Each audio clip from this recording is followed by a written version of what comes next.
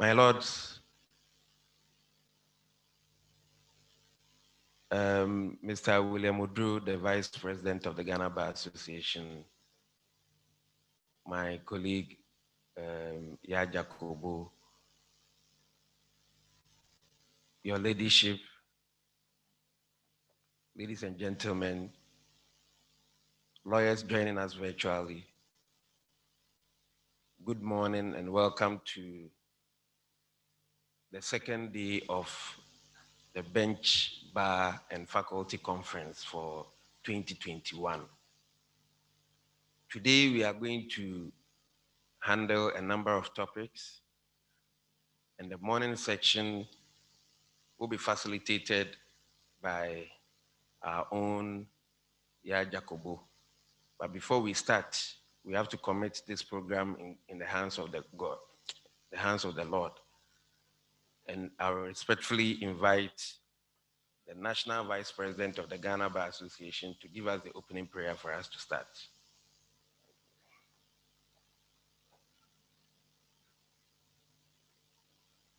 Let us pray.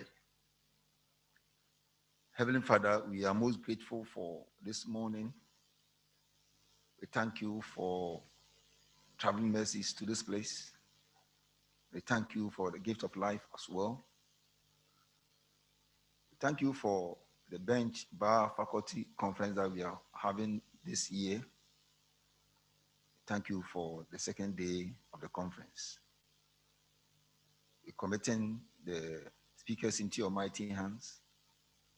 Father, use them to give us what we need even in these trying times, and even as we are in the virtual world.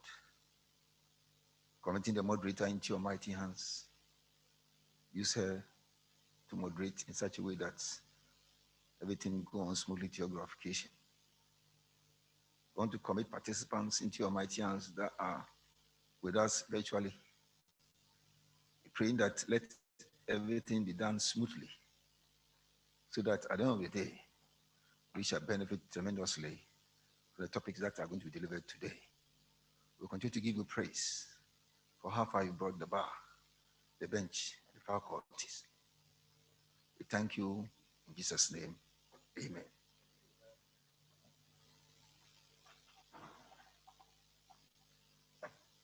Good morning, ladies and gentlemen, and thank you for joining us virtually and in person. This morning, we have in our midst two esteemed and respected speakers with vast experience. Incidentally, they are both jurists, and they are going to enlighten us on matters relating to civil and criminal procedure. I'll introduce them briefly. They are frequent speakers and really need no introduction, so my introduction will be very brief. Our first speaker is Justice Marful-Sau. He graduated from the University of Ghana with a Bachelor of Laws degree and holds a master's degree in petroleum law and policy from the University of Dundee. He was appointed to the High Court in 2002, Court of Appeal in 2006, and Supreme Court in 2018. He's currently the director of the Judicial Training Institute. That is Marful-Sau. Welcome. Our second speaker is Justice Dennis Dominic Adjei, Arts and Sciences, an adjunct associate professor in the faculties of law, University of Cape Coast, and Kwame Nkrumah University of Science and Technology. He's also a senior lecturer at the Ghana School of Law. He was formerly the director of the Judicial Training Institute and dean of the Faculty of Law, Ghana Institute of Management and Public Administration. He's an author of several textbooks in law. Justice Adjei holds the Masters of Laws in Criminology and Criminal Justice from the University of London and a Master of Judicial Studies from the Duke University School of Law. Sir Dennis was knighted by Pope Benedict in 2005. My Lord, you're also welcome. Our first topic is witness statements as evidence in chief and case management by judges under CI 47 as amended by CI 87, challenges and solutions. and that will be handled by Justice Marful-Sau. I'll encourage you to use the chat function to post your questions. Justice Marful-Sau.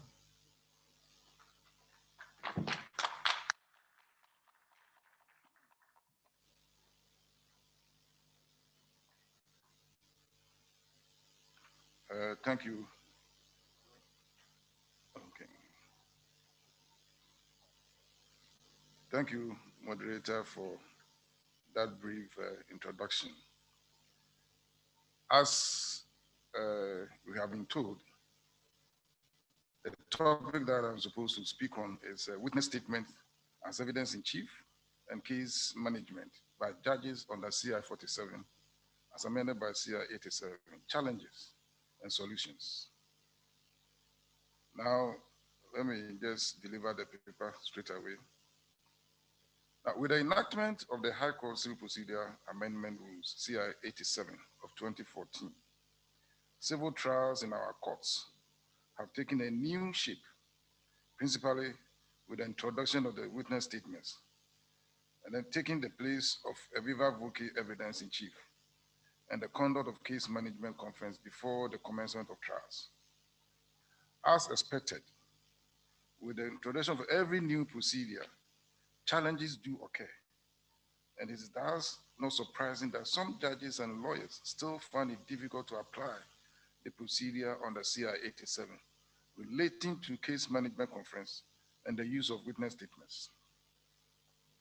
Some of the challenges do occur because in applying CI 87 as it relates to case management conference and the use of witness statements, some judges and lawyers disregard the clear provisions of the Evidence Act, NRCD 323 of 1975, particularly Section 6 and 61 of the Act.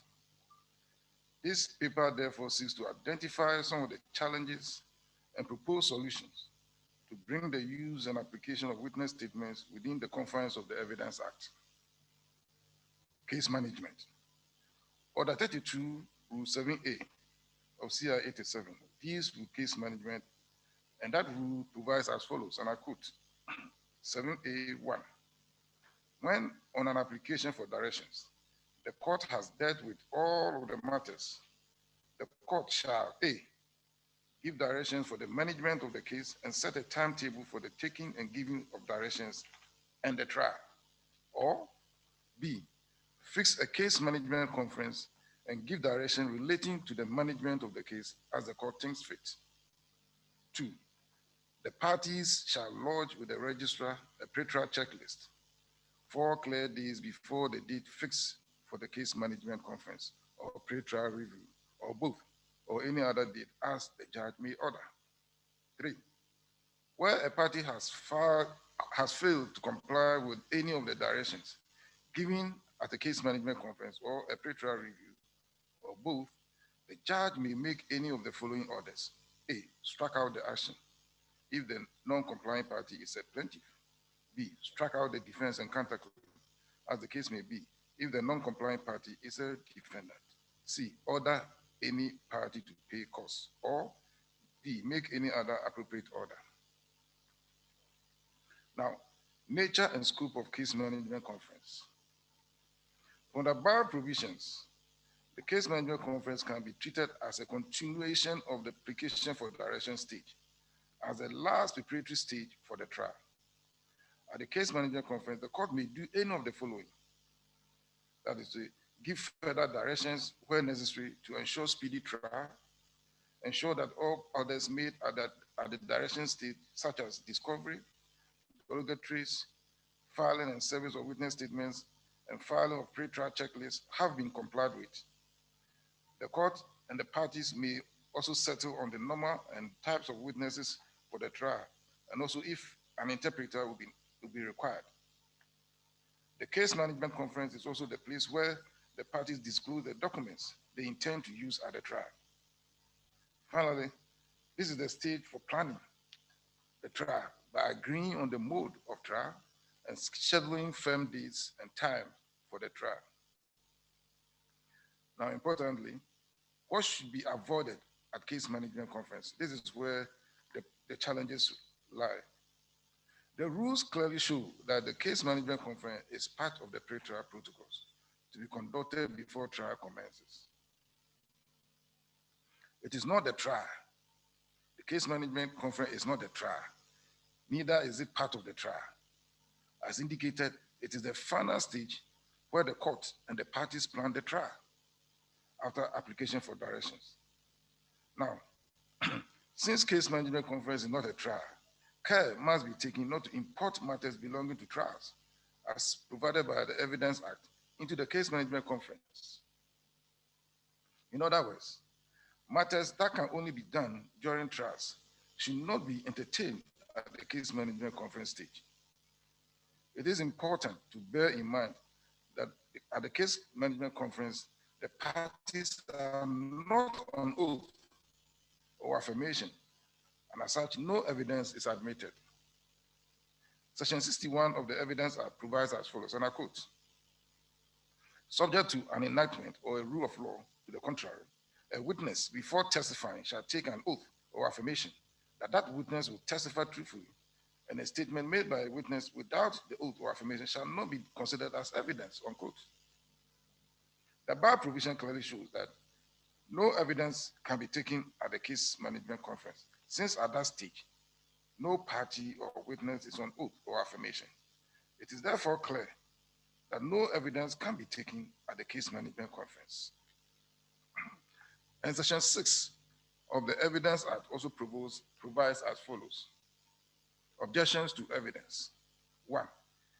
In an action and at every stage of the action, an objection to admissibility of evidence by a party affected by that evidence shall be made at the time the evidence is offered. 2. An objection to the admissibility of evidence shall be recorded and ruled upon by the court as a matter of course. 3. Where a document is produced and tendered in evidence and rejected by the court, it shall be marked by the court as having been tendered and rejected, unquote. A careful reading of the above section shows that on oath or affirmation and not at a conference. For this reason, it is suggested that the under-mentioned practice should be avoided at the case management conference. And these practices are 1, tendering of documents as exhibits, and then 2, raising objections in any form to a document, including the witness statement. These matters or this procedure can only take place during the trial. And see the report vs. High Court Commercial Division, Accra, ex parte Kwabena Dufo, applicant, Attorney General, and 8 others interested parties. Civil motion number J5-05-2021 of 10 February 2021, unreported. Judgment of the Supreme Court. In other words, tendering of documents as exhibits and objections to such documents, as well as objections to portions of the witness statement as containing non-pleaded statements or objectionable material, should be done at the trial and not at the case management conference. So I now look at application of witness statement at the trial. Order 38, Rule 3B1 defines a witness statement of CI 87, defines a witness statement as a written statement signed by a person which contains the evidence which that person would be allowed to give orally at the trial. Rule 3B2 enjoins the court to other parties to file and serve witness statement at the application for direction stage. Order 38, Rule 3E, 38 Rule 3E2 of CI 87 also state that where a witness is called to give oral evidence under sub-rule 1, the witness statement of that witness shall stand as the evidence in chief of that witness, unless the court otherwise orders. The bar provisions of CI 87 clearly show that the witness statement so filed by a party can only be used at the trial. It cannot be used at the case management conference. Indeed, Order 38 Rule 3B of CI 87, which deals with witness statement, is subtitled and I quote, requirement to serve witness statement for use at the trial. The emphasis is on the trial, for use at the trial. Clearly, therefore, the right place in the proceedings to use any witness statement is at the trial and not at the case management conference. Accordingly, any objection to the witness statement and or attached documents can only be taken at the trial, where the witness statement will be treated as evidence after it has been verified by the witness on oath and adopted by the court as the evidence in chief of that witness.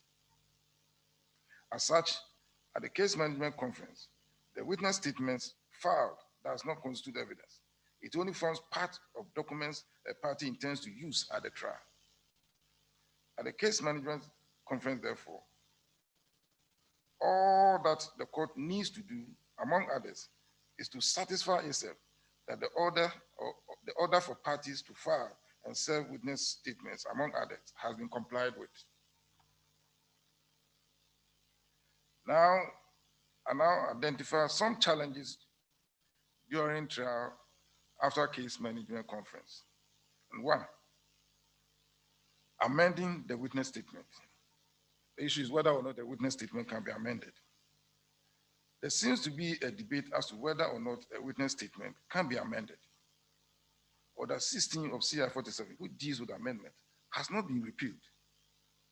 A witness statement filed in the registry of the court remains a document in the proceeding until it is adopted by the court as evidence during the trial. It is thus submitted that, being a document in the proceedings, a witness statement so far may be amended before its adoption as evidence. Order 16, Rule 7 of CI 47 provides as follows, and I quote, amendment of other documents. 1. For the purpose of determining the rare question in controversy between the parties or of correcting any defect or error in the proceedings, the court may, at any stage of the proceeding, either of its own motion or on the application of any party, order any document in the proceedings to be amended on such terms as to cause, or otherwise as may be just, and in such manner as it may direct. 2. This rule shall not apply in relation to a judgment or order, unquote. Under the above rule, therefore, a witness statement may be amended so long as it remains a document in the proceedings till it becomes evidence at the trial. If the witness statement has been served on the other party, then the application for amendment shall be on notice to the other party or parties and taken in court and not at the case management conference. Second challenge, filing supplementary witness statements. Order 38, Rule 3E3 provides that a witness giving oral evidence at a trial may, with the permission of the court, give evidence in relation to any new matter which has arisen since the witness statement was served on the other parties, unquote. By the above rule, a party may seek leave of the court to file a supplementary witness statement to cover new matters that had arisen since the earlier witness statement was filed and served. It is important to bear in mind that matters to be contained in the supplementary witness statement must have been pleaded, since evidence must be based on pleaded facts only, hence the need for the party to seek leave of the court. It must be noted also that Section 79 of the Evidence Act, the court, in appropriate cases, may grant leave to a party to recall a witness who has already testified before the court, and such a witness may be required to file a supplementary witness statement when such leave is granted by the court. So the point I'm making is that supplementary witness statements are allowed to be filed upon leave of the court.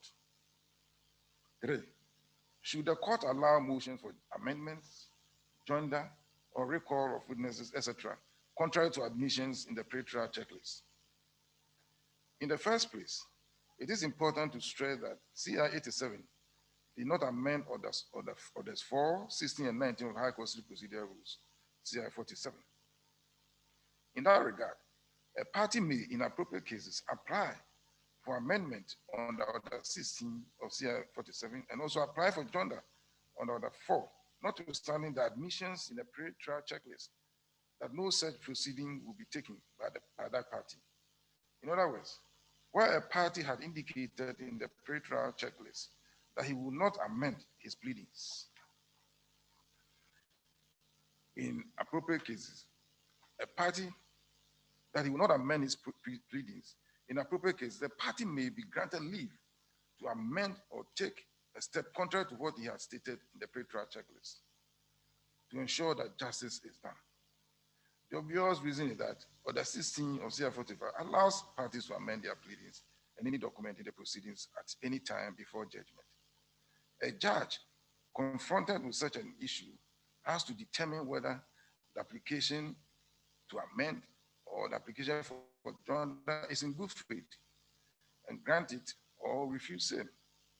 When such application is granted, the judge has to give directions and timelines for the orders of the court to be complied with in order not to delay the trial.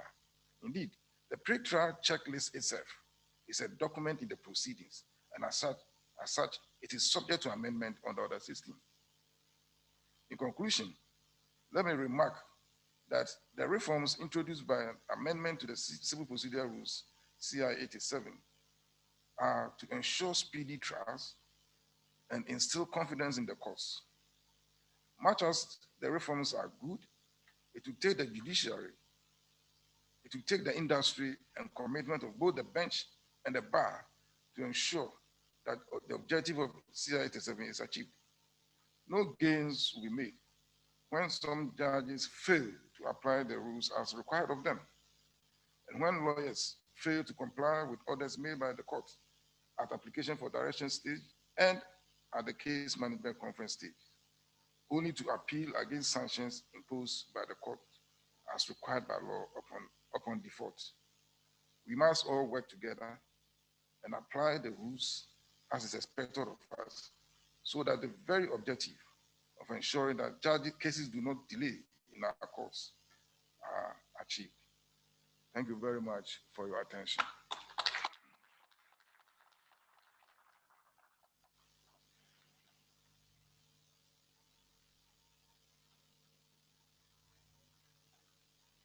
Justice Marful-Sau, thank you very much for illuminating the subject of witness statements and case management.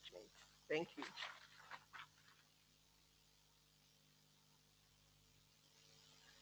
Our second topic is disclosures and due process, an examination of the right to silence in the discovery process and case management in criminal proceedings in Ghana.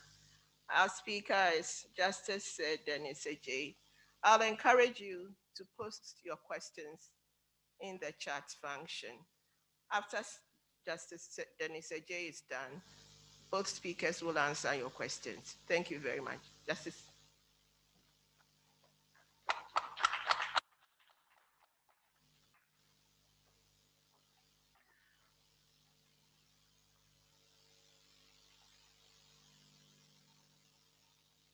Thank you, my dear sister.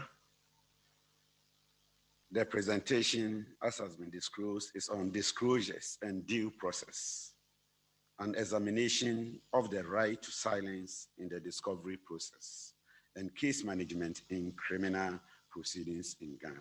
Fortunately, Justice Marful-Sau has discussed what is supposed to be done in civil case management, and he has espoused that indeed it is not part of the trial, and the same thing applies in criminal proceedings. This presentation shall address these thematic areas: fair trial, disclosures, and due process in case management trials, and the right of the accused to remain silent. The presentation shall further compare the accused person's right to silence in case management, in summary, and indictable trials. Fair trial. Fair hearing and expeditious trial are the hallmarks of criminal justice jurisprudence. The principles of fair trial enjoin the prosecution and the court to ensure that the court is properly constituted by an impartial arbiter, The court before which an accused is arraigned is seized with jurisdiction over the charge preferred against the accused, and the accused person is represented by the lawyer of the choice of that accused. It is, however, subject to few exceptions. The proceedings, as we know, is conducted in English, but where the accused is not literate in English, the state shall provide an interpreter at no cost to the accused. The accused shall be afforded the opportunity to examine the prosecution witnesses and further be offered the opportunity to compel the attendance of witnesses the accused intends to call to be examined. If we look at clause 2 of Article 19 of the Constitution, it is well espoused. Fair trial commences from the time the accused is arrested or invited in connection with an offense. Treatment, when he or she is arrested or invited for investigation in connection with an offense. The arresting officer and the investigator are not permitted to compel an accused to give a confession statement, which is admitting part or a whole of the offense in a statement allegedly volunteered by the accused person. A confession statement proved to have been obtained involuntarily shall not be admissible on grounds of involuntariness. Presumed to be innocent until that accused pleads guilty or is proven guilty.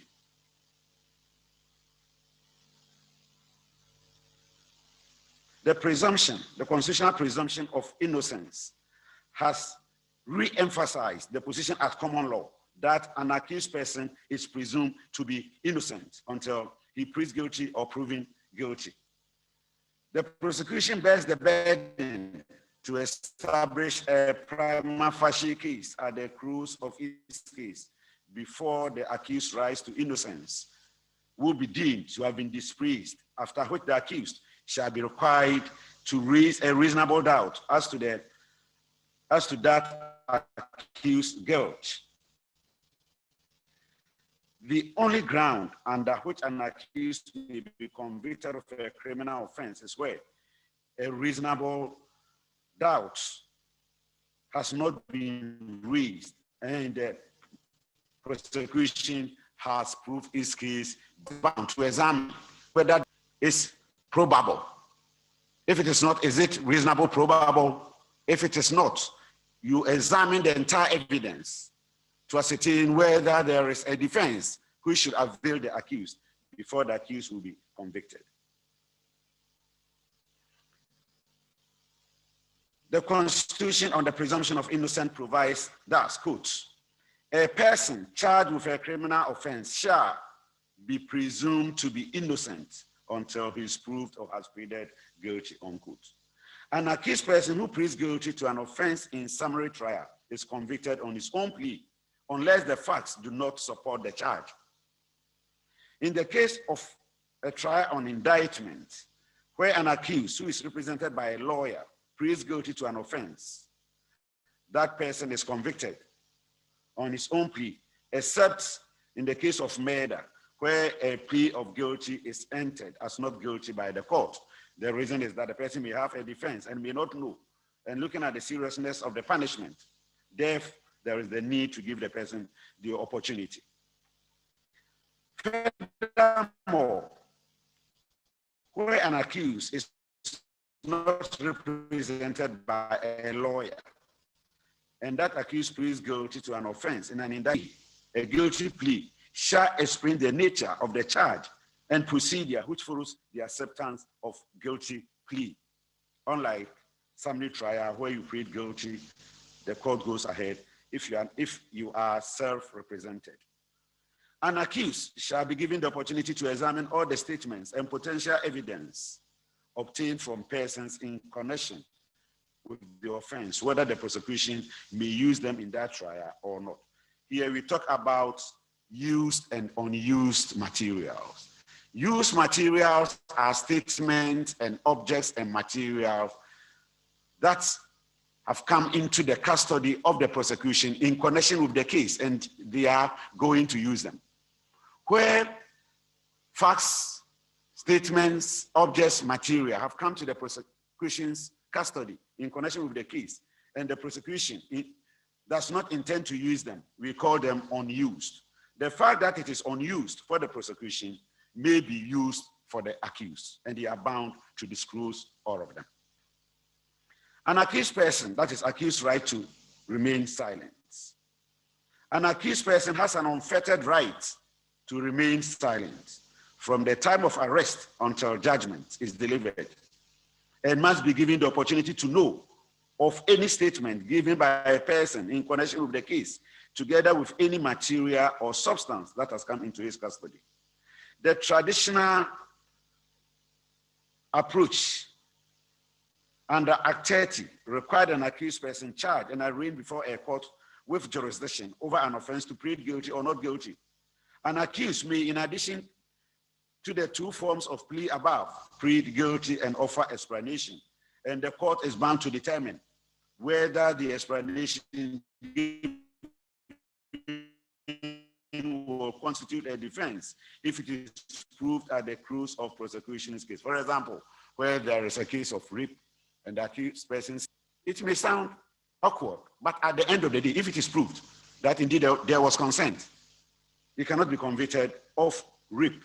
So the test is the explanation given. If it is proved at the end of the day, will that constitute defense? Irrespective of the fact that it may sound useless or nonsense. Now, disclosure, case management, and the right to continue to remain silent. The case of Republic versus Bafo-Bonny, as we all know, 2017-2020 Supreme Court Ghana Law Report, clearly espoused the parameters of a fair trial under Article 19 of the Constitution. The Supreme Court held that the right to fair hearing includes the right of an accused person in a summary trial to request the prosecution to disclose any information in the prosecution's custody to that accused. Until the Supreme Court delivered the decision in Republic versus Bafo-Bonny and 4 others, supra, disclosure was permissible only in indictable trials, even though some few High Court judges, through their ingenuity, made orders to compel prosecution to disclose some materials. The Republic versus Bafo-Bonny and other supra persuaded the Chief Justice to introduce criminal case management to ensure that all necessary disclosures supposed to be made by the prosecution to the accused are made, while the accused has a right to remain silent. Now, this practice direction has generated several debates. The question that people normally pose, under what authority does the Chief Justice have to come out with a practice direction?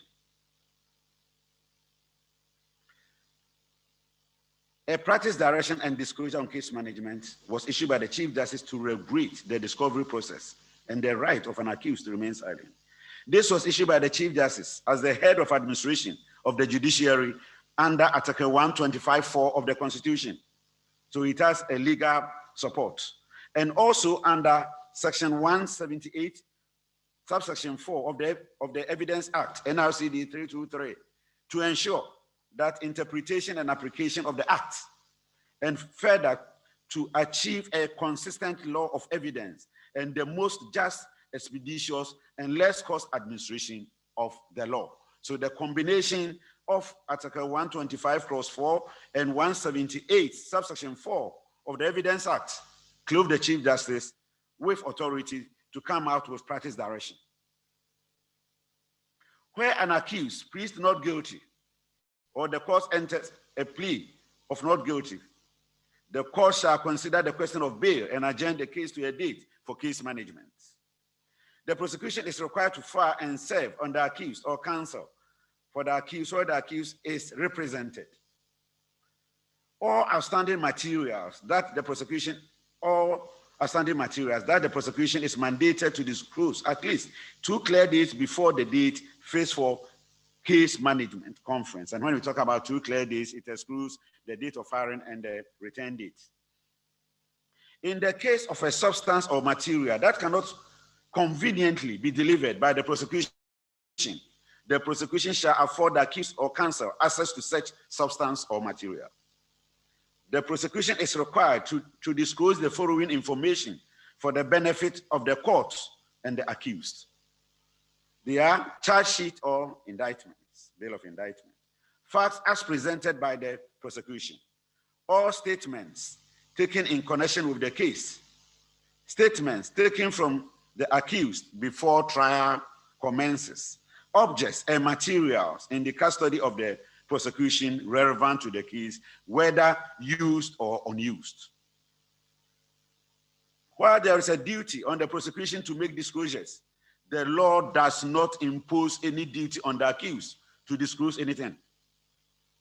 The court shall make 2 inquiries from the accused for its effective case management as provided by the practice direction. First, if the accused intends to put forward an alibi and has not filed a notice to that effect, then same has to be filed in accordance with Act 30. So the court will make an inquiry. In the case of summary trial, it may be filed anytime before the first prosecution witness is called.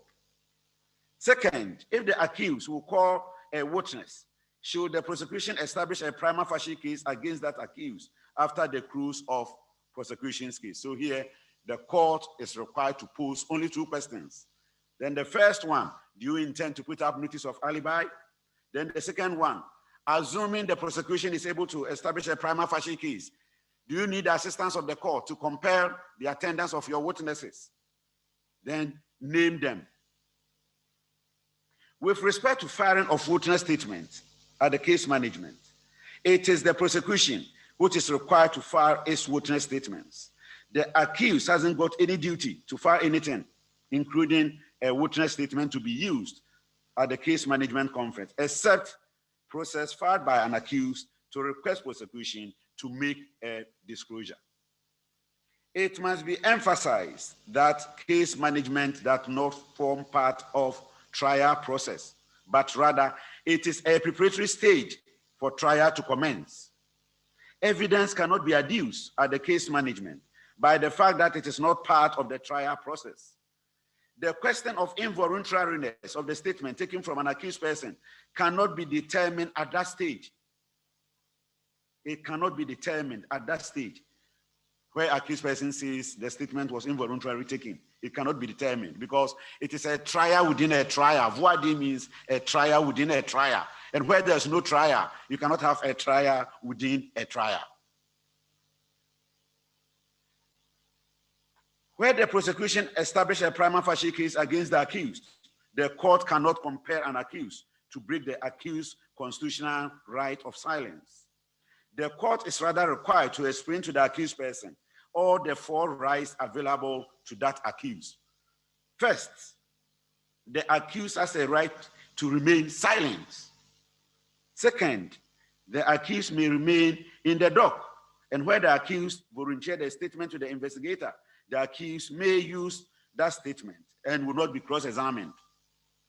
Third, the accused will speak from the dock and will not be cross-examined. Fourth, the accused may waive that accused's right to remain silent and proffer evidence from the witness box and go through the various examinations. So these 4 options must be rigorously observed. The 4 options available to the accused excludes the right of the accused to call a witness. An accused may decide not to proffer evidence, but may call a witness. Article 19(10) of the Constitution unambiguously provides that an accused person shall not be compelled to give evidence at the trial. Therefore, any attempt to circumvent the spirit of Article 19(10) of the Constitution to compel an accused to testify against the wish of that accused person shall be unconstitutional. The constitutional right of an accused to remain silent applies to both summary and indictable trials. An accused in both summary and indictable trial reserves the right to remain silent, but may call witnesses to testify on that accused person's behalf. The fact that accused is not giving evidence in person does not say that the accused hasn't got a right to call witnesses. The accused may also make an unsworn statement where caution and charge statements were taken from the accused, and that accused decide to use the statement without subjecting the accused to any form of examination. The use of an unsworn statement is normally considered as one of the rights to be exercised by an accused who decides to remain silent, because at the police station or at the immigration office or wherever the statement was taken, and he thinks he said the truth. So he does not intend to be cross-examined, but he may inform the court, I'm producing it, the unsworn evidence as my case, and he will not be cross-examined, but he has the right to call witnesses. Where the accused is of the opinion that a statement that the accused has volunteered to the investigator is likely to exculpate the accused may use the statement, but will not be subjected to any form of cross-examination. Then when it comes to voir dire, trial within a trial, it is important to note that the burden is on the prosecution and not on the accused. Once the accused raises that the statement was involuntarily taken, the burden is on the accused. It's on the prosecution, and the accused still has the right to remain silent. The burden on the accused is only to raise that indeed the statement was not voluntarily taken. The prosecution must call witnesses to satisfy the court that indeed the statement was taken, the accused was not compelled, the accused was not subjected to any inhuman or degrading statement before he volunteered that statement. In conclusion, an accused in a criminal trial has a constitutional right to silence throughout the trial, and there is no exception. Thank you.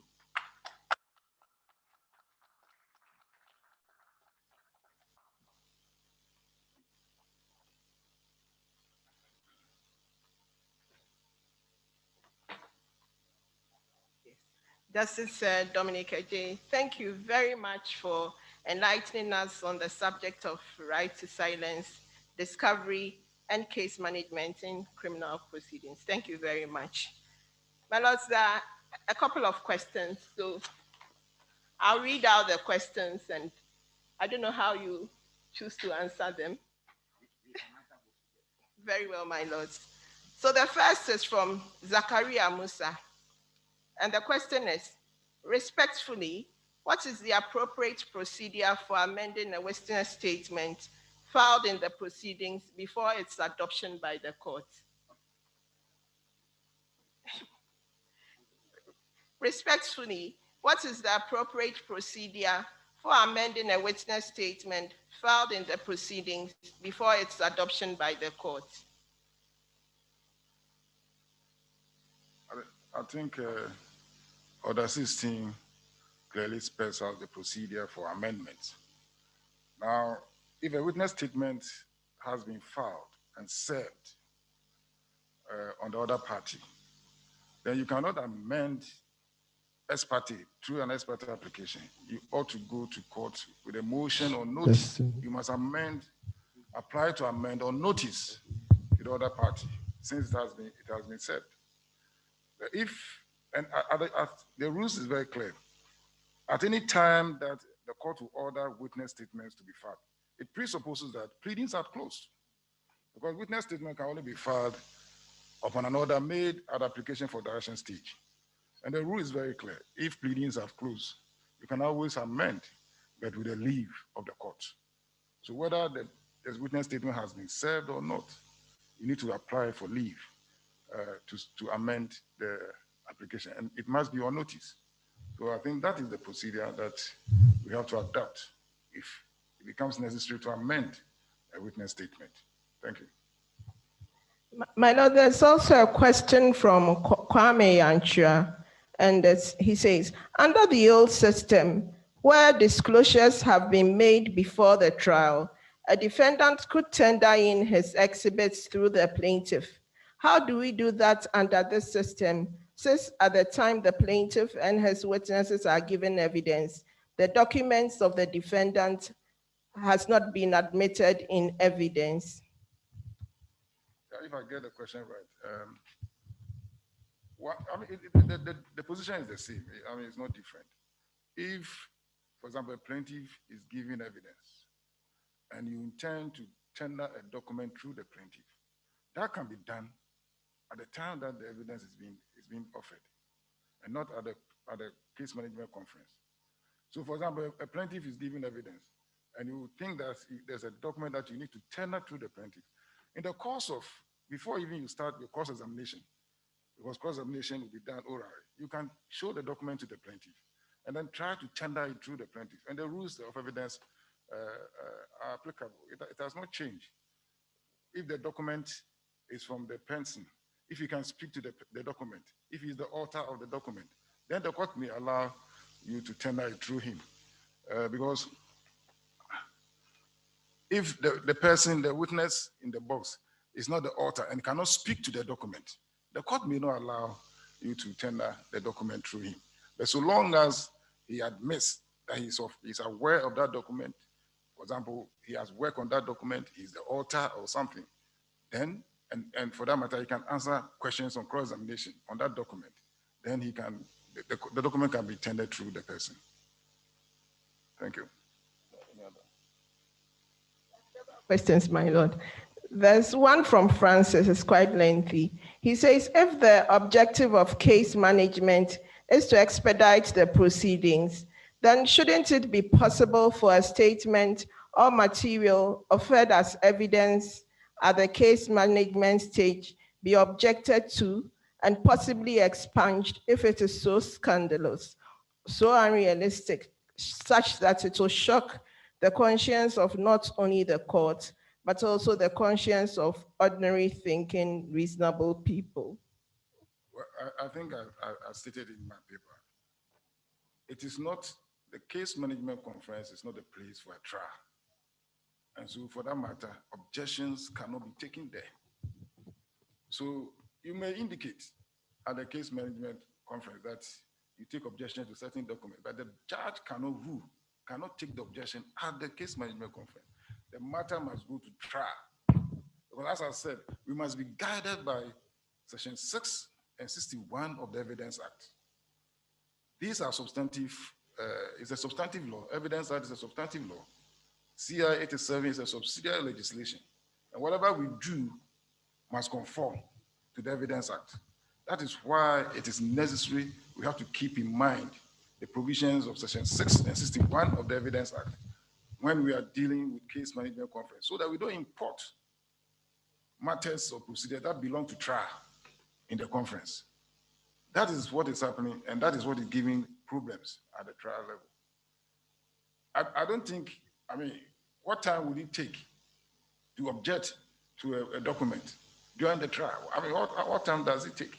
How many hours does it take? So that it will delay the proceedings. I mean, somebody goes to the box, he identifies the witness statement, adapts it, verifies it and adapts it, and the court takes it as evidence in chief. Then the judge will have to call for the other party to do real cross-examination. Even before the cross-examination takes place, you can raise any objection that you have against the witness statement and the attachment. And that does not take, how many hours or minutes would it take? And the judge is supposed to rule on them immediately. If it's a difficult matter that the judge may have to adjourn, then it is for the judge to adjourn to a very appropriate time that will enable him to give a proper ruling on the matter. So I don't think it detracts from the objective of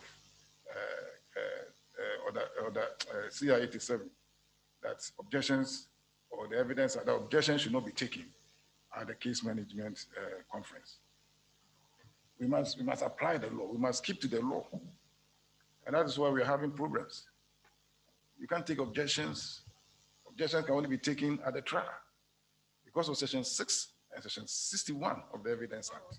And so you cannot do that in in the case management conference where none of the parties is on oath or affirmation.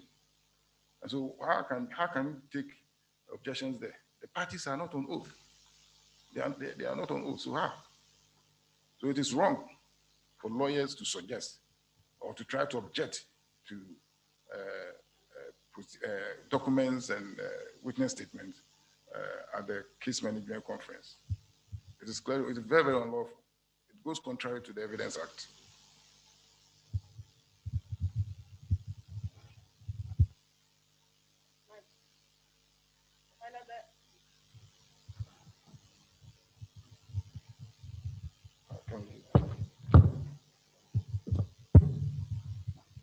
Hello.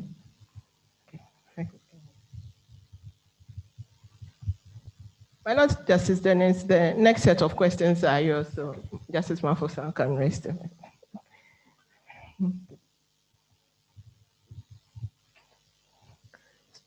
The first is from Her Ladyship Justice Rebecca City, and she says extraction of confession statements in this country is virtually automatic. Unless he or she makes a statement, he will not be granted bail.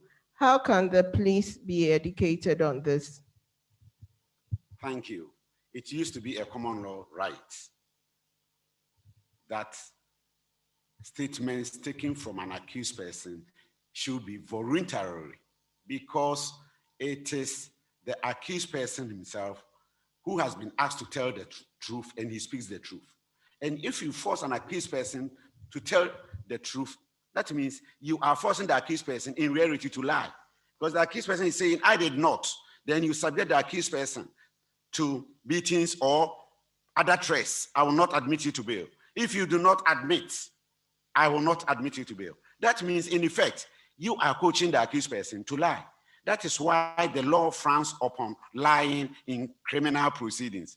So where any statement is given by an accused person, which is an admission of the whole or part of the offense, and the accused person says, I did not voluntarily make those statements, the court has an unfettered duty to examine it through voir dire or mini trial. It is mandatory. So it is a time that everybody in the country, particularly the security officers, the BNI, national security, the police, immigration, those who arrest, must ensure and understand the constitutional provision that it is not their duty to force people to lie. It is their duty to ensure that the Constitution is complied with. The next question is from somebody who didn't disclose his name. He says, where the accused person tells the court that he wants to testify and takes the oath, but informs the court that he intends to rely on his investigation caution statement, will he still be subject to cross-examination? Thank you very much. Here, it is a combination of two approaches. One approach or option is that I will remain silent, but I give statement to the police. I want to use it. In that sense, there is no cross-examination. Then the other one, if you decide to waive your right to silence, in that sense, you go to the witness box and you'll be subjected to cross-examination. So here, where an accused person is not aware of the right, it is the duty of the court to explain those rights available to the accused person. Because if those four rights are explained to the accused person will know that if I go to the witness box, I'll be cross-examined. If I say that I'm just lying on my statement, I will not be subjected to cross-examination. You cannot fuse the two. My Lord, please, does the right of the accused to remain silent not inhibit expeditious trial? Does it also not ingeniously shield the accused? Do you envisage a day when the right of the accused to remain silent will be curtailed? The common law presumption was that accused was presumed to be innocent unless he pleads guilty or proven guilty. And now we have constitutional recognition that the accused is not under any obligation to make any statement. So the right to remain silent, it does not in any way affect the trial. where the accused person says, I'm going to proffer evidence, that one may even prolong the trial. But this one, the accused person is saying, I'm waiving my right. I don't want to give evidence. Now, if we say that it should be curtailed, the law on presumption of innocence must always operate in our minds. Some of us who deal in criminal law and human rights issues. Because the law on presumption is that the accused is presumed not to have committed any wrong. And you are saying that the accused has committed a wrong. So the burden shall be on you. And he has a right to remain silent, because I'm saying that I have not. You are saying that you have. So prove it. And it does not in any way, because at the end of the day, the question is, has the prosecution established a prima facie case at the close of the prosecution's case? If the answer is no, if the prosecution fails to prove one of about 10 or 9 ingredients, the accused person will be acquitted and will not be called upon to exercise the 4 options. So after the prosecution has closed its case, the right is still there, and it is vested in the court to decide. Quite often, unless a lawyer says, I want to make submission of no case. But if you look at the provision itself, it is inherent in the court to decide that, having looked at it, that the prosecution has failed to establish this ingredient and therefore has failed to establish a prima facie case. There's no need for the accused person to come in for the prosecution to fill in the gaps. Justice Marful-Sau.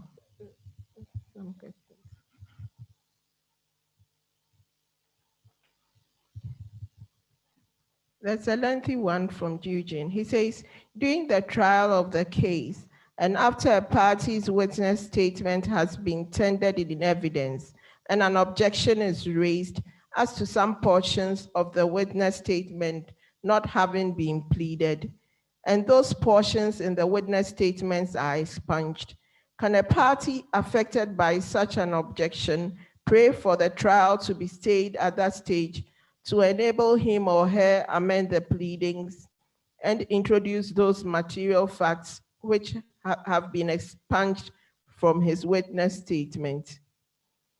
Then the second part of this question is, if such objections at the trial are upheld to enable the party affected amend his pleadings, does that not defeat the whole essence of CI 87?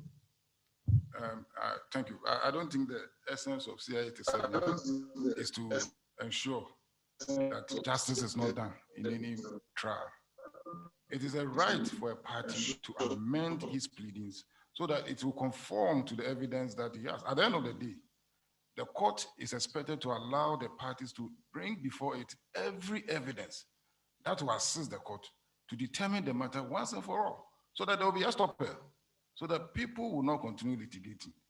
So the fact that somebody prays for amendment in the course of the trial, even though they've gone through case management and all that, it does not, CI 87 does not inhibit that.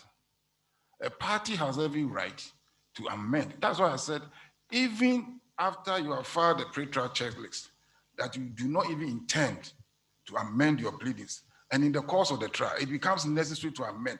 At the end of the day, the court wants to hear the matter and come to a very conclusive decision that will stop the parties from further litigation.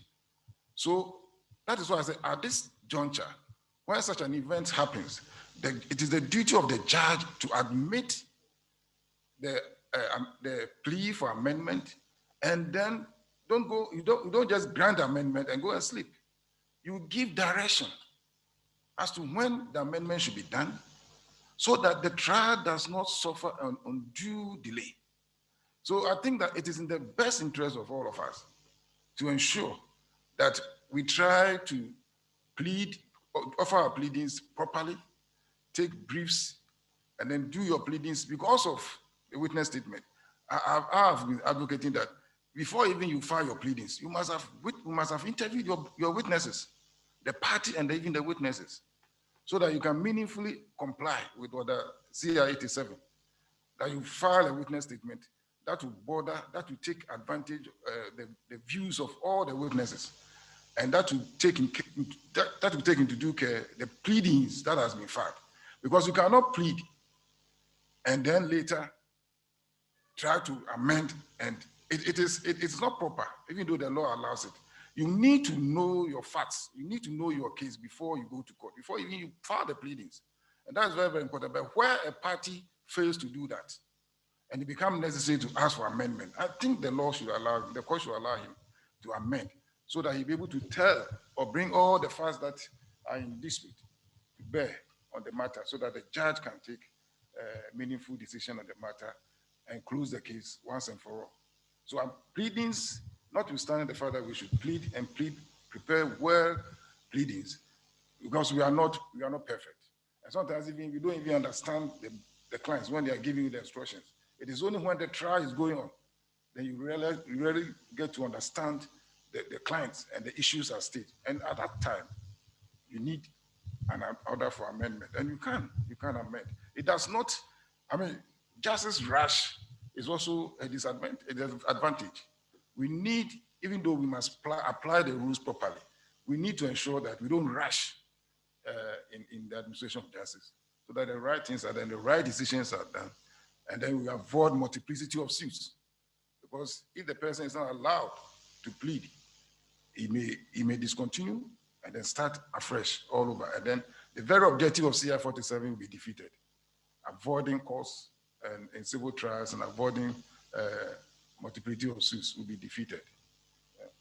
I think the first question that was asked during trial, what the difference has been. Yeah. Tendered in evidence. Yes. Yes, and then some portions have been expunged. Yeah. Whether the party can now come back and amend. Oh yes, why not? Yes, he can amend, because the reason why the portions of the witness statement were expunged was that they were not pleaded.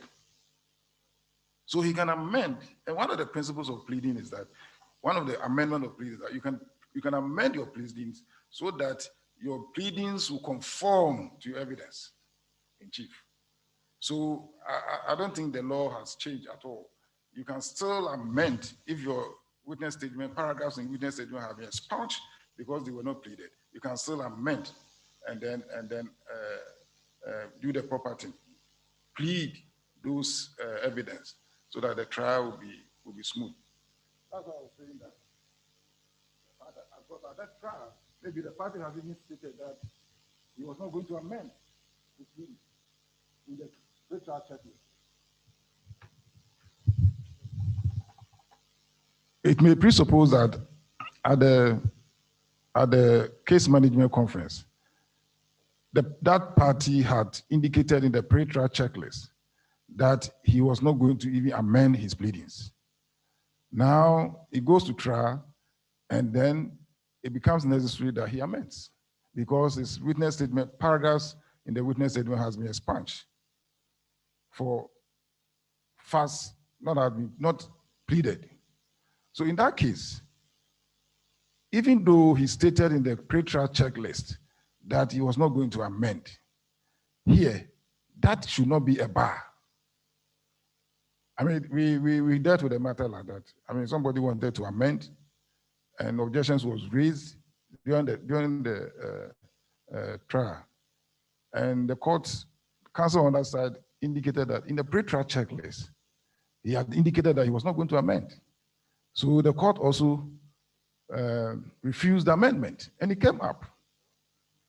And we said, even the pre-trial checklist is a document that itself can be amended, let alone the witness statement. So it can be amended. He can apply to amend the pleadings so that the evidence that he intends to profile will conform to the witness statement. I don't know whether I've made myself clear to the virtual listener. My Lord, Francis wants to know if practice directions are issued in the context of live cases.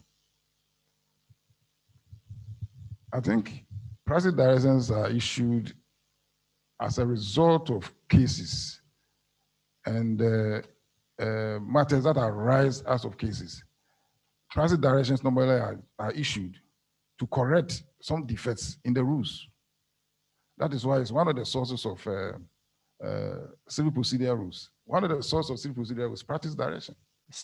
And it normally happens where the rules there's some lacuna in the rules. Then the Chief Justice, instead of going for legislation, who will take a long time, can issue a practice direction to regulate the procedure involved in that case. That is why if you look at local Cinco, the practice direction was 1961, and it has been so. Because there was a defect. The Supreme Court then came out in Amavi family and came out with a practice direction for local Cinco. And that has been the situation since then. So it comes out as an experience as a result of lapses in the rules, in the procedural rules, that comes out in the course of a trial. Thank you. Emma Marful, please, if you intend, no, it's Emma. Please, if you intend to subpoena a witness, must you state that on the pre-trial checklist? Okay. Yeah, if it will be good. I mean, even though the specimen does not indicate, it indicates witnesses and then indicate witnesses. So you can specify that you want to subpoena a particular witness, and it means you are giving notice to the court and the other side that this is what you intend to do. And I think it is good. It all helps in planning the trial so that we can have a smooth trial. It's a good thing to do. It's a good practice. Thank you, Justice Marful-Sau. So then it's your turn, please.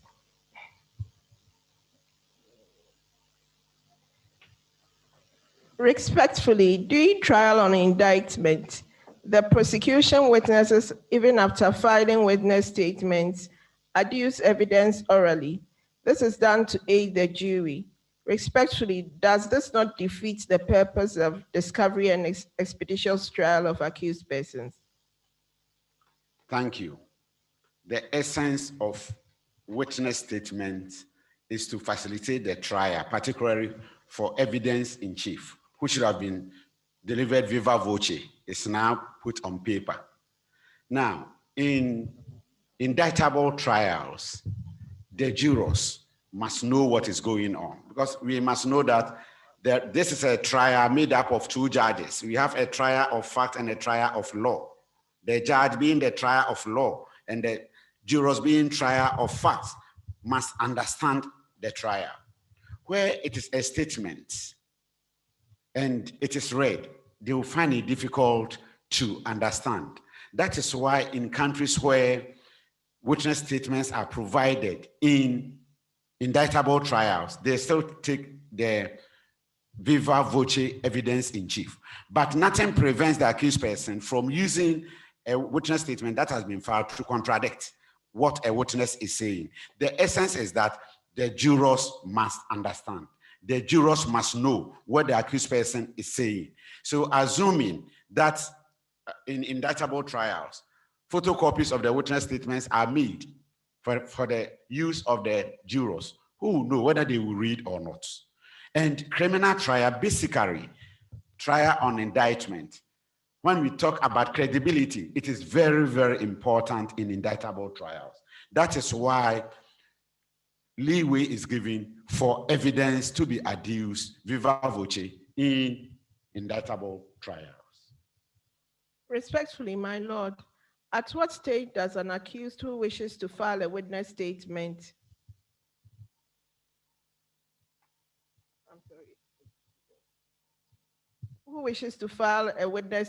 is allowed to do so? Is it at case management or after prosecution closes its case? Until a prima facie case has been established, the accused hasn't got any burden. So it is after the prosecution has proved all the ingredients of the offense, that is, has established a prima facie case. That is where the court will call upon the accused and give the accused person the 4 available options. That you may give evidence and you'll be cross-examined. And if the accused asks for that one, then the court will go ahead to ask, do you want to file a witness statement or you want to proffer it viva voce? So accused person cannot be compelled to file a witness statement at the case management because it is a preparatory stage for the trial. And even the trial, the first part of the trial, he hasn't got any burden. The burden comes up after a prima facie case. So if an accused is to file a witness statement, then that statement should be filed after a prima facie case has been raised and the accused is called upon to put up his defense. Then in addition to what my lord said to the case management, practice direction in criminal matters, for instance, nothing prevents a court, High Court, Court of Appeal, Supreme Court, when they are sitting and they see lacuna, nothing prevents them from even coming out with a practice direction. But except that in Ghana, all those we have seen, only the few ones from the Supreme Court. Please, when an accused is represented in a criminal case, is the judge supposed to grant the lawyer, there's something wrong, make a submission of no case before the judge goes ahead to determine that the prosecution has made a prima facie case? Thank you. Ordinarily, if you look at the test, it is the court which must decide whether a prima facie case, but the court may require the assistance of lawyers, where maybe the judge may be having some doubt and may call upon the lawyer that, looking at the nature of the case, do you want to make a submission of no case? It is not in every case. Where the judge is satisfied that all the ingredients have been proved, there is no need deferring to the accused lawyer to make a submission of no case, then you dismiss before the accused defense is open. As we normally see, it is a wrong practice.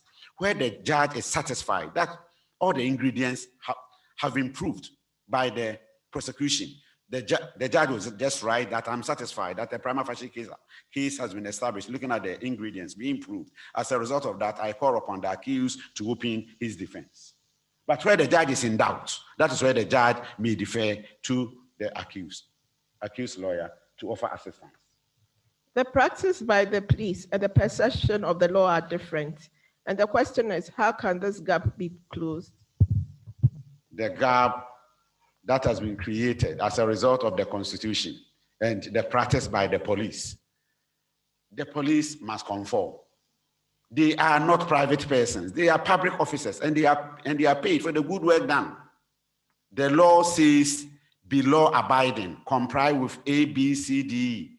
The police hasn't got any option to say that I'm not complying with it. Any person who fails to observe due process is by himself indisciplined, and you have to be disciplined. And being disciplined means you should conform to law.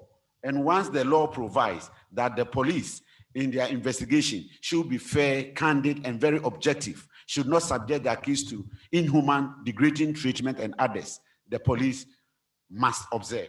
Because I think this is one of the areas that the police should start investigating their own officers and deal with them. That will curtail that bad practice. Respectfully, my Lord Dennis Adjei, if the prosecution fails to disclose a document in their possession that the defense seek to rely on, what effect does that have on the trial? Will it be safe to continue with the trial? I started by saying that when we talk about disclosure, you disclose used materials and unused materials. Used materials are the materials the prosecution is going to use to put up its case. The unused materials are documents, statements, materials that have come to the custody of the investigator or the prosecution in connection with the case. And it's not going to use them. Maybe it may be injurious to its case. But the law is that you must disclose both used materials and unused materials. And no court should allow to allow prosecution to disclose only used and leave unused. It is the duty of the court to ensure that when we talk about fair trial means disclose both used and unused. And if only the used materials are disclosed, then that means we are not having the fair trial envisaged under Article 19 of the Constitution. So this one, the courts must ensure, they must be fair and fair, that prosecution hasn't got any option. They must provide or disclose every materials, either used or unused. From Evelyn Gilson, please, when the prosecution has decided to use the witness statement of a witness as its evidence in chief, and the defense is not in agreement to this, what happens, bearing in mind the parts of the practice direction?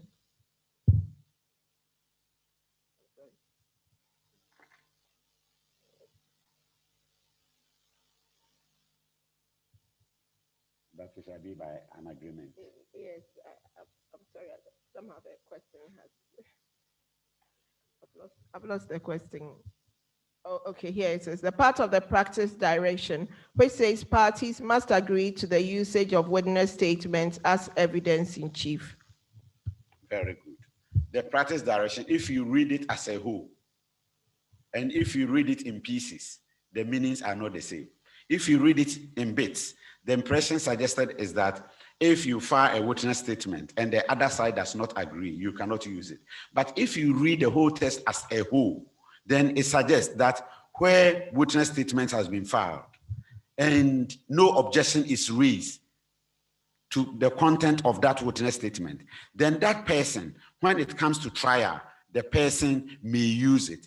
And if the accused is not comfortable with the content, that is where the accused may have the right to cross-examine. So when we say by agreement, the agreement is that we will agree that let's use. But where there is no such agreement, but a person has filed and you are opposed only to the content, you cannot prevent the person from using it. The person may use, but you have the right to cross-examine the person. Thank you very much, Justice Dennis. Justice Marful-Sau, there are still some questions for you.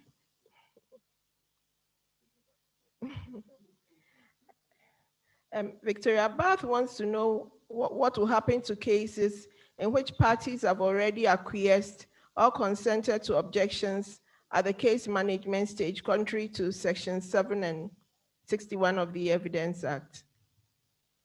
Well, no two parties can agree to do something contrary to the law. So where, for example, objections have been taken at case management conference, at the trial, the court will have to ratify those mistakes because the courts and the parties cannot agree to do something that is contrary to Section 6 and Section 61 of the Evidence Act. So they have to undo what they have done and do the correct thing. As it can be a point on appeal. And on that sole ground, appeal may succeed. Nas wants to know, instead of amending a witness statement, can one file a supplementary witness statement to cure the defects in the witness statement? I think the position is very clear. So long as the witness statement has not become evidence, then you can amend. But if it has gone in as evidence, then as Section 76, the court can recall a witness. So you can make an application to adduce further evidence by filing a supplementary evidence. In fact, CR 87 itself allows parties to do that. So supplementary evidence, supplementary witness statement can be filed to support. So that's an additional evidence that can be filed to support the already filed witness statement. But if you want to amend, then the amendment must be taken at the time that the witness statement has not been adopted as evidence in chief. Can a third party sign a witness statement for on behalf of a plaintiff or defendant, though the plaintiff or defendant will be the one to tender same in evidence? I don't think so. I don't think so. The witness statement is a prospective evidence of a party or a witness. And so it must be signed by the person who is going to the box so that he can be cross-examined on the matters raised in the witness statement. So somebody cannot sign a witness statement and then ask somebody to come to the witness box to adapt it as his evidence. No. No. It cannot be done. With regards to amendment of witness statements, where a party is unable to testify due to ill health and decides to appoint an attorney, and there's power of attorney in brackets, does the attorney have to file a new witness statement or testify on the strength of the earlier statement? That's the earlier witness statement, or seek leave to file a supplementary witness statement? I think the practice would be better if a power of attorney is given to the person.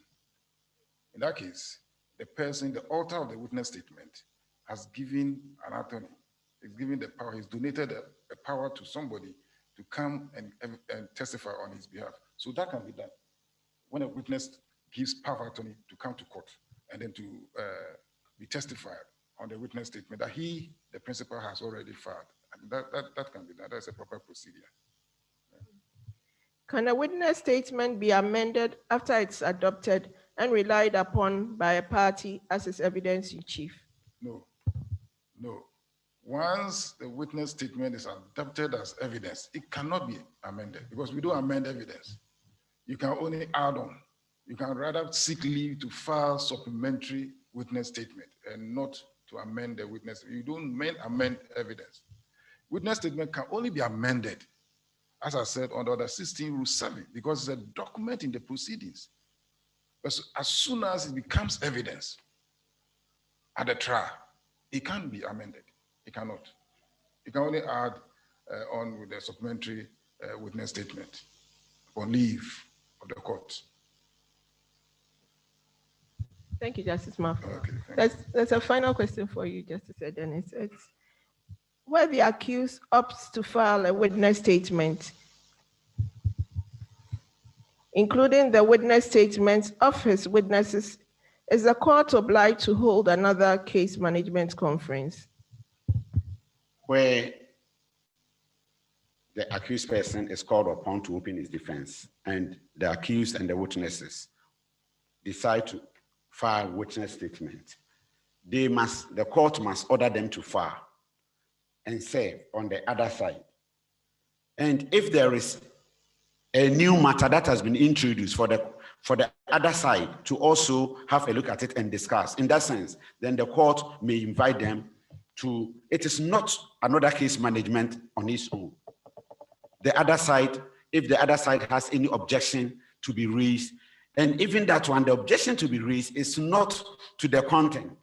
It's not to the content. For example, where I have filed a process and it has been signed by a different person, I will draw the court's attention that this one will be improper at the trial.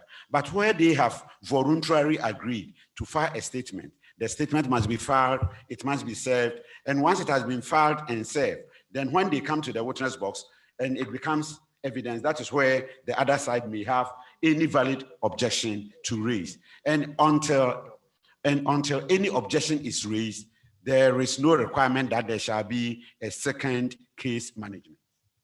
If the accused filed a witness statement after a prima facie case has been made against him, should the court hold another case management conference to enable the prosecution peruse documents the accused must attach to his statement?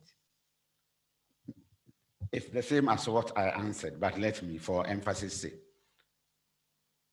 there is only one case management provided by the practice direction. It does not provide for a second case management. So the practice has been that where a prima facie case is established and an accused and witnesses decide to offer witness statement, the court will give them time to file. And if they file, they must be served on the prosecution. When they are served and they attach exhibits, as we've been saying, they are not evidence. They are not evidence. They will become evidence during the trial. In that sense, there will be no case management. There will be no mini or second case management. But where the statement is being offered to become evidence, that is where any objection that ought to be raised will be raised by the prosecution. Thank you. My lords, I understand some hands are raised, so we'll take some live questions.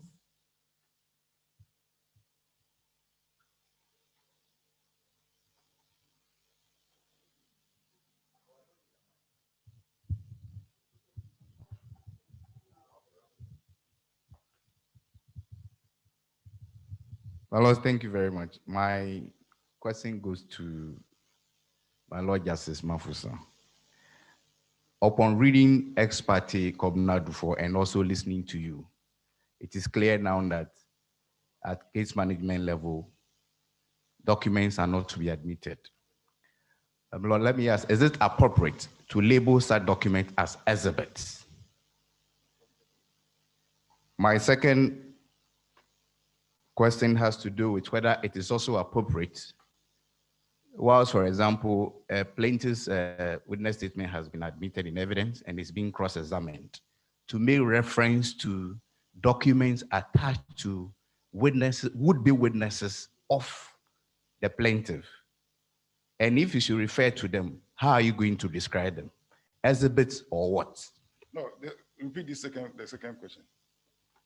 Assuming a plaintiff A is already in the box, witness statement admitted, whilst cross-examining him, I have realized that his witnesses, other than he, the party, have attached documents that I have to ask questions on whilst cross-examining him.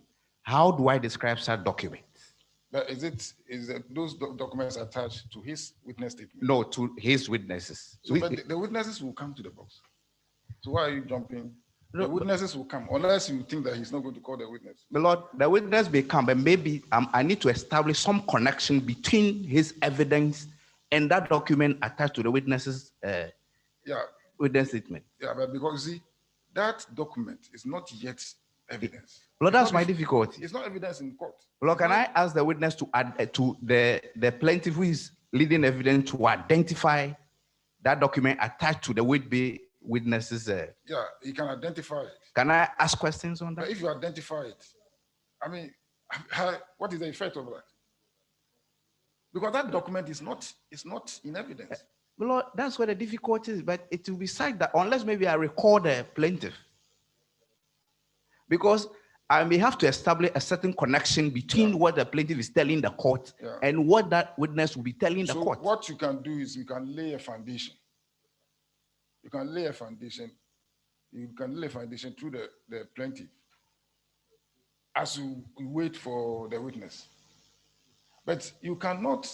No, but even there, if you have if you have the document, you can even tender the document through the plaintiff. Very well, Lord. Yeah. Lord, once it's in the box, all the things that you can do, assuming there was no witness statement, you can do. Once the person is in the box, in accordance with the Evidence Act, you can tender a document through him. If the court sees that, and the court realizes that it's a proper procedure, it's a document that you can tender to that witness, the court will allow it. But Lord, assuming I do not have copies of that document, it is their document. Yeah. And the only time that document will come in evidence is when that witness mounts the box. Yeah. What do I do? No, but you have copy of, because witness statements are supposed to be served on all the parties. Yes. So, Lord, at that point, it shouldn't be an issue at all. You wait I understand. Lord, will I be tendering it? The document alone detaches from the witness statement. Why not? Very well. Because as for the witness statement, you cannot say anything about it. Yes, my Lord. Because it's not your witness statement. It's somebody's evidence, prospective evidence in chief. But the attachment, you can tender that document through the person in the box.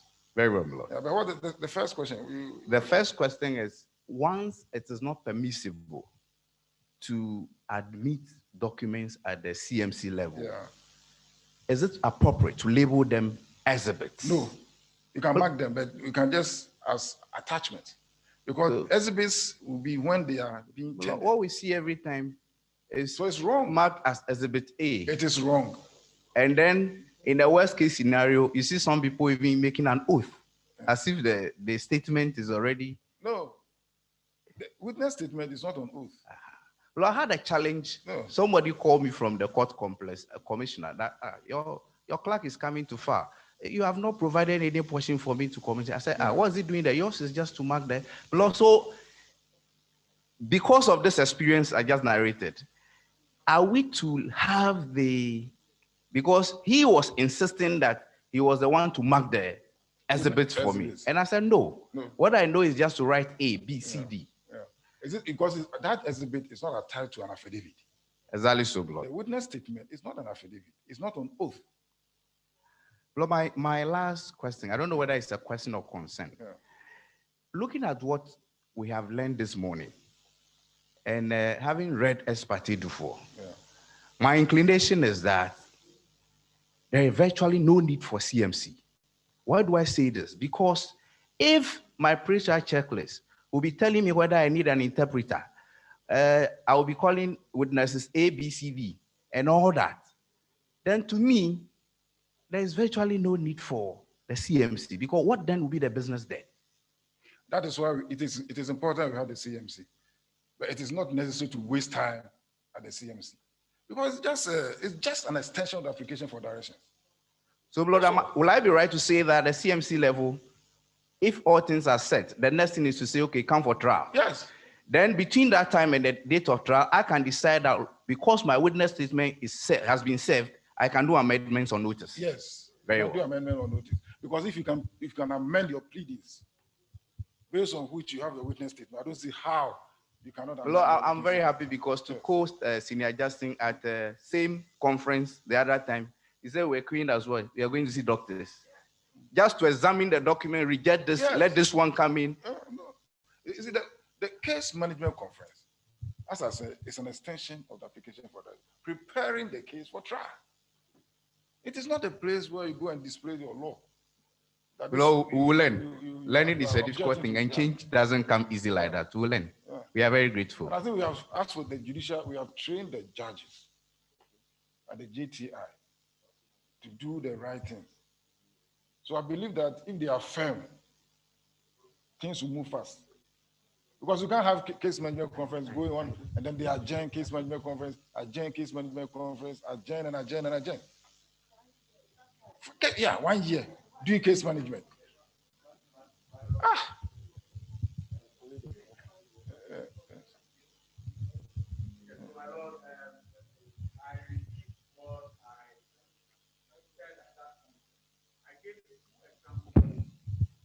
You go to a particular courtroom, the judge is well versed with CMC.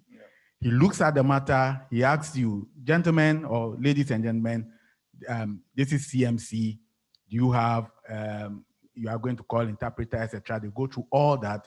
Then he even asks you, are you going to do an amendment? You say no. He even asks you that, are you going to do any objection, etc. Sometimes we say, oh no. He said, well, let's meet at the trial. In other instances, you go to the courtroom, the judge is in chambers, the clerk is in chambers. All of us are sitting down as if we are in the OPD. They will come and call you, you go in, and then they are going through the documents one by one, remarking it. Sometimes it takes about 45 minutes. Then you are told that there are other counsel waiting. You take another day. Probably she does the CMC by her schedule every 2 weeks.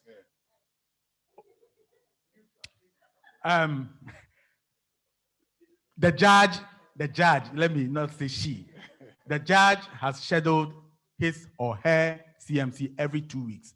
So you are on probably the plaintiff, so you come the next 2 weeks and the next 2 weeks. So CMC can take about 6 months at the earliest.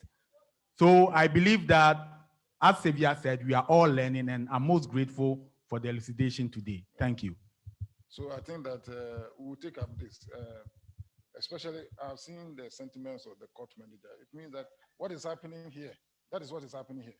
So we'll do training for them here. We'll do training for them again. Yeah.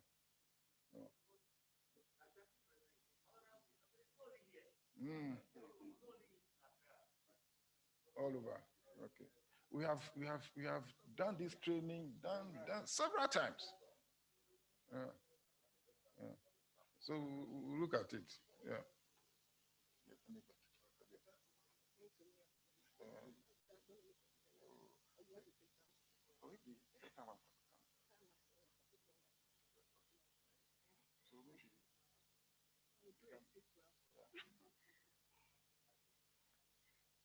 Distinguished participants, unfortunately, we've run out of time. There are so many questions, and probably we'll Mr. President.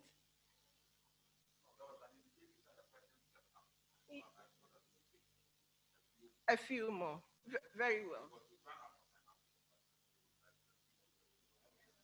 Well, there are some hands that are raised, so I'll call Nate Tete to ask his question. Nate Tete.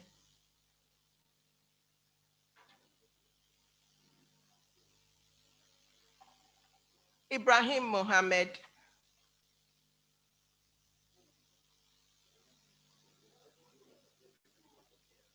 They are joining us virtually. Gladys.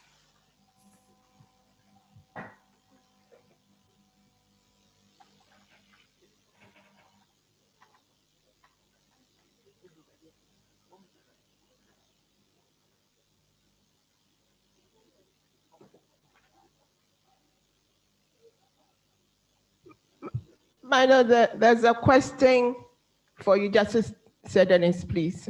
It's on a criminal matter. It's from Ms. Sannaman. She says, it's understandable that the right of the accused to remain silent is anchored on the presumption of innocence until proven guilty. My question is, does the right of the accused to remain silent pose any challenges to criminal proceedings? If so, how do the courts and prosecution resolve those challenges? Thank you. I don't think it poses any challenge. The law is settled, and we talk about due process. There's a formula telling you that in criminal case, you start. A plea is taken. The accused person will say, I will not take the plea. You must enter plea of not guilty. Because whenever there is negative response from the accused, the law tells you what to do. The accused says, you call upon the accused to plead, guilty or not guilty, then he remains silent. The law says that the court must enter a plea of not guilty. You continue. Then it comes to cross-examination. You call upon the accused to cross-examine. The accused ignores. You go ahead to say that the accused has waived the right to cross-examine all the witnesses, then you go through. Then when it comes to the turn of accused to open defense, the court is duty-bound to still explain to the accused person whether the accused person shall continue to take advantage of his right to remain silent. And that one will continue even after conviction. When it comes to sentencing, mitigation, or what we call pre-sentencing hearing, the accused person will tell you, I will not say anything. So where there is a gap, the law provides a solution. So there is no impediment when it comes to where the accused person takes advantage of his right to remain silent.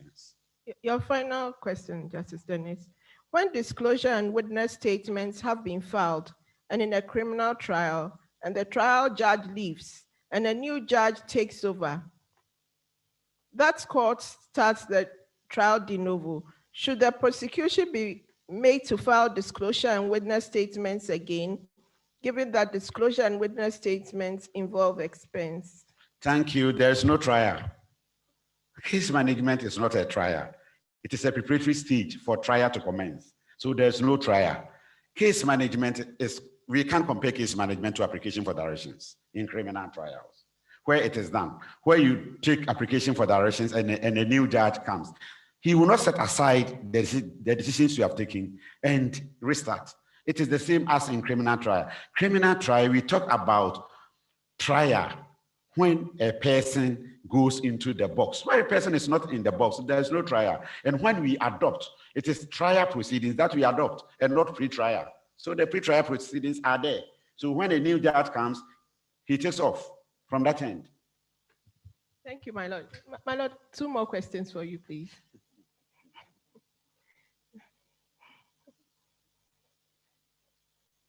That's from Evelyn Gawu. Respectfully, my Lord, can a party to a suit decide not to file a witness statement at all, but files a witness statement of a person he or she intends to call as a witness, which will stand as his or her only evidence in the matter?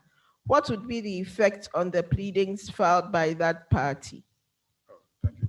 I mean, this is simple, because the law is clear. A party is not supposed or mandatory supposed to enter the box and give evidence. A party need not give evidence. He can prove or defend his case through witnesses. So a party may not file witness statement, but rather file witness statement, allow his witnesses to file witness statement and prove his or her case through those witnesses. Yeah, a good example is the election petition. Yeah. Parties are not bound to, by all means, to testify. No. Okay. So from Kwabna, under cross-examination, after laying a foundation for a document, can I tender same through the witness, although the said document is not attached to his witness statement, nor the witness's statements of other witnesses so far on record? You see, the whole beauty about the case management conference is to avoid surprises. So if you want to tender a document, then you want the document to be part of your case. It must be part of the witness statement. And so if you want to tender a document that is not attached to a witness statement, it may be difficult because then we are going back to the old practice of surprises.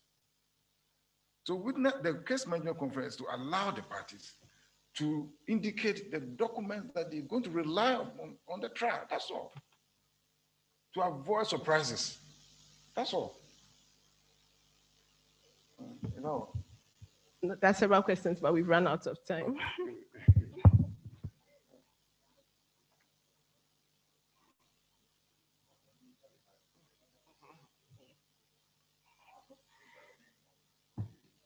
Okay. I'm afraid we've run out of time, so we'll have to draw the curtains here.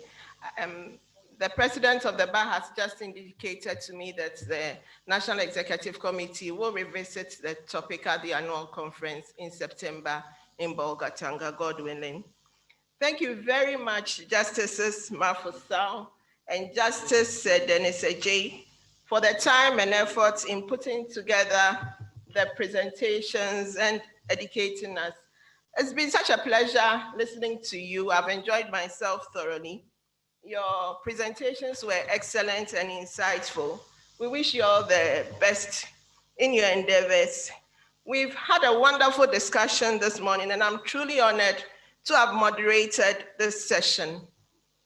We'll reconvene at 12 noon. Mr. Secretary, should I proceed or you'll take over? We'll reconvene at 12 noon for the second session on the topic Social Media and Ethics. Where do we draw the line? The speakers are Justice Onyameye Adjei, Justice of the Supreme Court, and Victoria Bath, Managing Partner, Samuel Kujeto and Associates, and Lecturer, Ghana School of Law.